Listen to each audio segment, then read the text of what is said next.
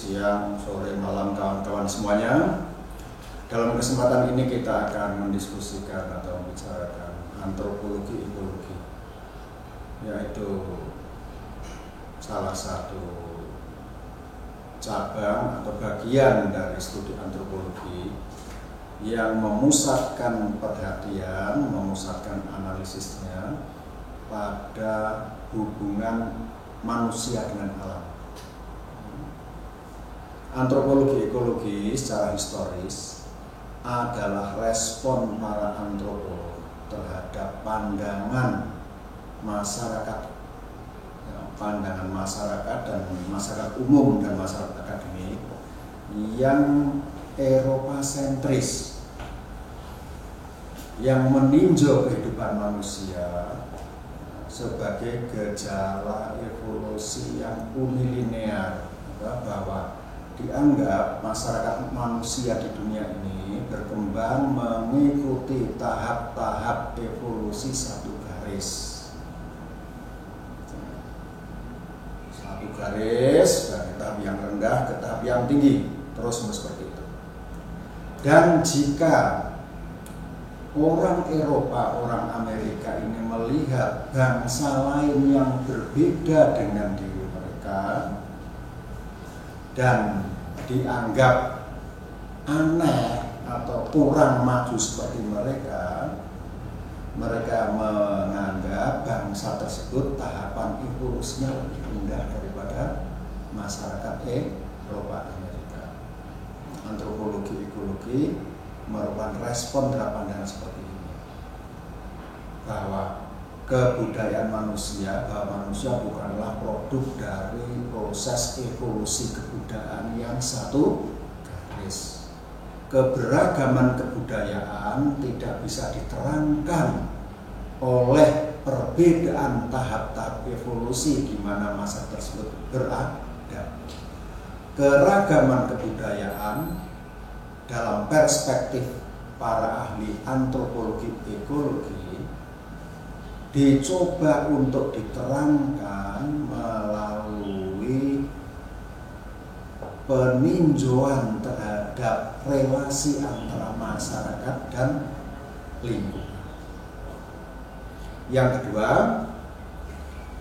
antropologi ekologi juga merupakan respon terhadap pandangan Eropa sentris yang berbasis pada konsep-konsep perjanjian lama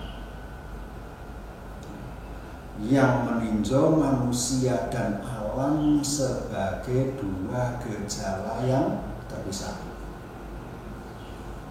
Kitab Genesis, kitab Kejadian, menceritakan bagaimana alam diciptakan pertama kali. Baru kemudian manusia diciptakan.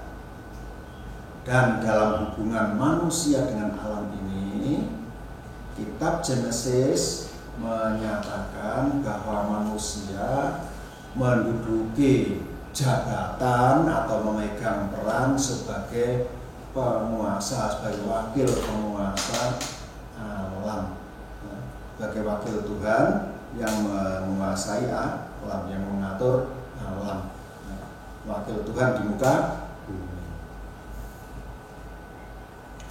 Nah, para ahli antropologi ekologi melihat bahwa manusia dan alam itu bukan dua gejala yang terpisah. Pada level struktur tertentu, manusia dan alam bisa dilihat sebagai dua gejala yang berbeda.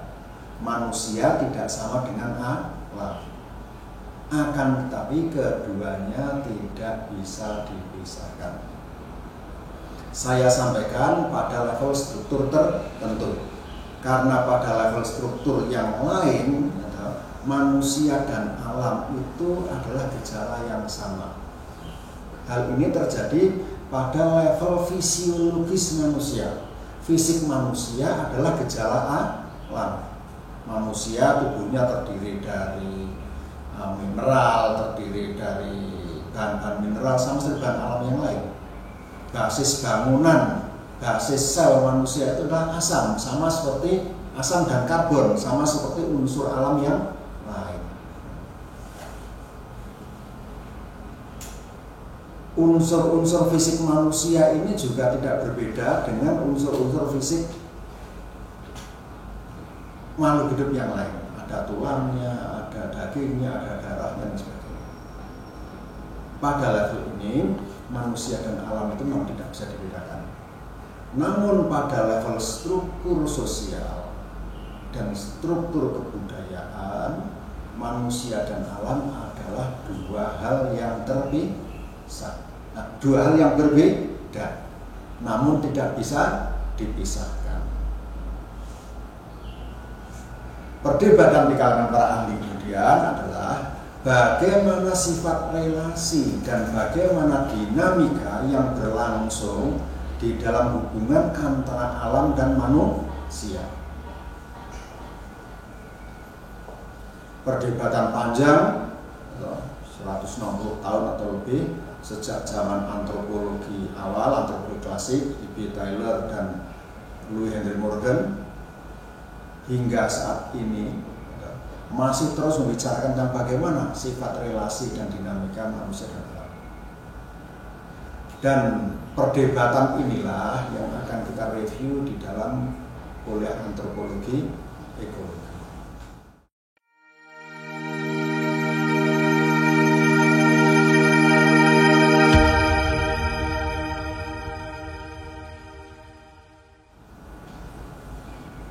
Pandangan awal para ahli etnologi, antropolog, dan geografi kemanusiaan klasik. Klasik itu maksudnya adalah pada abad ke-17, 18, 19, setelah masa Renaissance, di mana para pemikir itu mulai berpikir secara rasional, mencoba menerangkan gejala-gejala kehidupan kemanusiaan bukan sebagai semata-mata produk kehendak ketuhanan dan mengikuti cara-cara atau konsep-konsep gereja, tetapi menerangkan kehidupan sosial dari sudut pandang gejala-gejala sosial.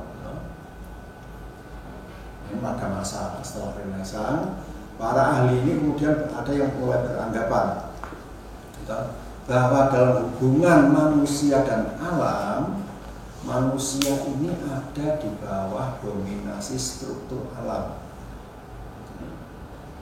Para ahli klasik abad 17, 18, 19 ini banyak beranggapan bahwa kehidupan lingkungan suatu masyarakat, suatu negeri berperan membentuk watak, membentuk adat istiadat, membentuk kebudayaan masyarakat yang menempati lingkungan tersebut. Ada kebudayaan pesisir, kan? Salah satu contohnya yang masih tersisa sekarang, ada kebudayaan pesisir, kebudayaan orang gunung, ada kebudayaan orang padang pasir, kebudayaan orang hutan tropis. Ini adalah salah satu sisa-sisa dari cara-cara berpikir yang melihat bahwa kebudayaan manusia itu ada di bawah determinasi alam. Louis Henry Morgan sebagai contoh menguraikan bagaimana keragaman kebudayaan manusia ini sebagai produk evolusi unilinear, di mana manusia, masyarakat manusia, kebudayaan manusia bisa dibedakan menurut corak lingkungan dan cara kehidupan sesuai dengan lingkungan tersebut.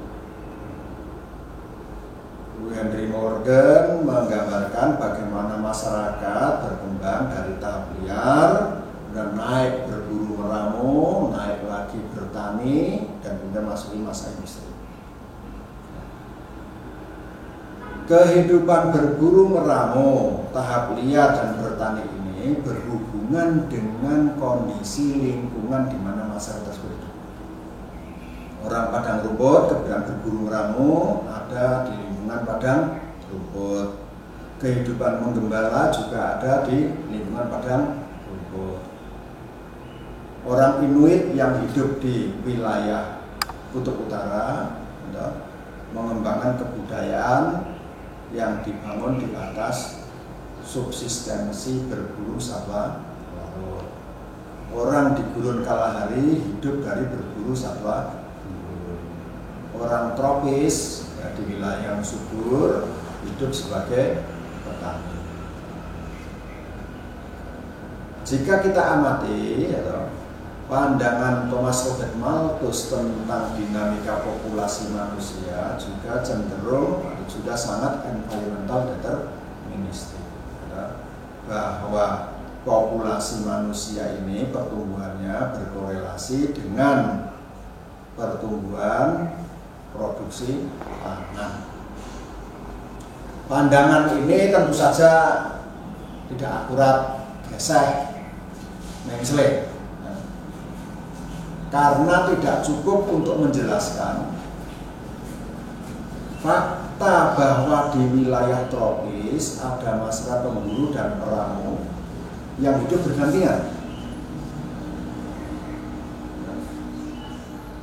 Penjelasan determinisme lingkungan ini tidak tidak bisa menerangkan bagaimana di wilayah padang rumput yang kurang subur atau di sepanjang Sungai Efrat, Tigris, Nil, Gangga dan Huanghu justru menjadi tempat pusat pertumbuhan peradaban di zaman kuno. Mestinya karena itu padang rumput ya tempat tinggal orang berburu ramu saja atau pemburu padang rumput atau maksimum gembala. Tetapi penelitian para ahli arkeologi dan sejarah, fakta-fakta arkeologis dan fakta sejarah menunjukkan justru di wilayah padang rumput tepi sungai inilah peradaban maju manusia lahir.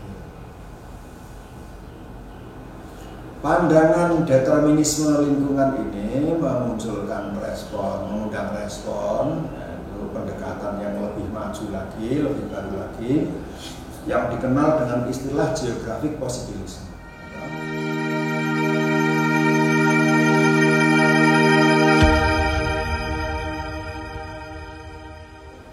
Pengamatan para ahli selanjutnya menemukan bahwa kebudayaan manusia itu punya kemampuan adaptasi yang tinggi.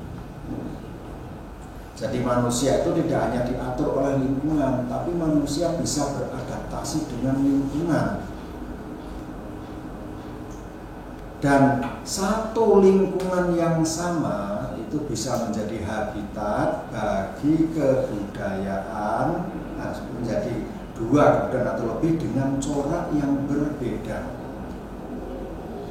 Para ahli antropologi klasik, paham bahwa alam dan manusia memang berhubungan.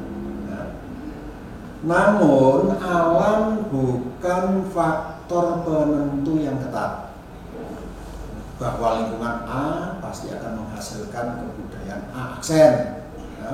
Lingkungan B akan menghasilkan kebudayaan B aksen, lingkungan C menghasilkan kebudayaan C aksen, dan seterusnya. Tidak seperti itu. Lingkungan A bisa menghasilkan kebudayaan A aksen, A pangkat 2, A pangkat 3, A minus, A plus. Demikian dengan lingkungan yang lain. Jadi satu lingkungan yang sama bisa menghasilkan, bisa menjadi habitat bagi lebih dari satu corak, lebih dari satu kebudayaan dengan corak yang berbeda. Para ahli ini meninjau bahwa lingkungan merupakan faktor pemberi peluang sekaligus juga pembatas. Sebagai contoh, pembatasnya dulu ya, yang paling gampang. Di dalam lingkungan gurun misalnya sebagai contoh lingkungan masa gurun. Ya tidak mungkin kalau masa lingkungan gurun itu mau bikin rumah es kayak di Eskimo gitu kan, kayak di Inuit, karena esnya tidak ada. Di lingkungan gurun es, di lingkungan padang es di Arktik sana, di Kutub sana akan susah atau tidak mungkin bagi masyarakat untuk membangun rumah dari kayu. Karena kayunya tidak ada, rumah joglo gitu, bikin rumah joglo di kutub sana, ya tidak mungkin. Pertama, kayunya tidak ada, yang kedua ya dingin. Nah, karena salah satu fungsi rumah adalah untuk melindungi manusia dari tekanan-tekanan lingkungan. Jadi lingkungan ini membatasi. Dalam lingkungan yang tidak menghasilkan ikan, misalnya masyarakat Kalahari yang tinggal di gurun, maka ya tidak mungkin masyarakat ini mengembangkan kebudayaan makanan yang berbasis pada ikan, seperti masyarakat yang tinggal di wilayah kepulauan atau wilayah pesisir. Budaya makanan masyarakat Kalahari adalah budaya makanan berburu binatang atau sampah gurun. Sementara budaya makanan masyarakat pantai atau pesisir dan pulau kecil akan banyak berpengaruh dengan produk-produk dari hasil menangkap ikan di laut. Lingkungan membatasi. Namun lingkungan juga memberi peluang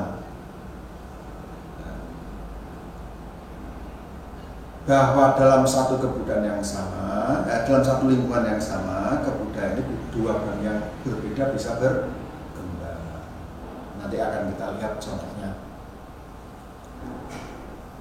Pendekatan posibilisme lingkungan ini adalah proses interaktif antara kebudayaan dan alam. Pilihan yang disediakan oleh alam, oleh lingkungan bisa saja dibatasi oleh kapasitas kebudayaan.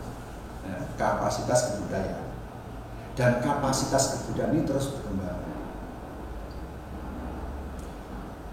Di Jawa misalnya, pada saat kapasitas kebudayaannya itu baru pada tingkat pertanian, maka yang berkembang di sini ya kebudayaan masyarakat petani.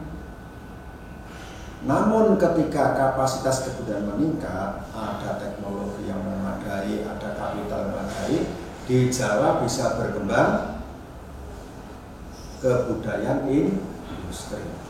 Kita menyaksikan sekarang bagaimana Jawa ini sudah bukan lagi semata-mata negeri pertanian, tetapi juga negeri pertanian yang berdampingan dengan industri. Bahkan pelan-pelan sepertinya peran industri menggeser peran pertanian. Dalam pandangan posibilisme ini adalah keadaan alam memberikan peluang bagi kebudayaan untuk berkembang dan mengalami diversifikasi percabangan sesuai dengan kapasitas kebudayaan. Pada gilirannya, setiap bentuk kebudayaan juga akan memberikan perlakuan balik kepada alam yang mengubah keadaan alam. Para ahli antropologi Amerika awal abad ke-20 seperti Clark Whistler dan Alfred Huber merupakan contoh pengikut pandangan teoretik.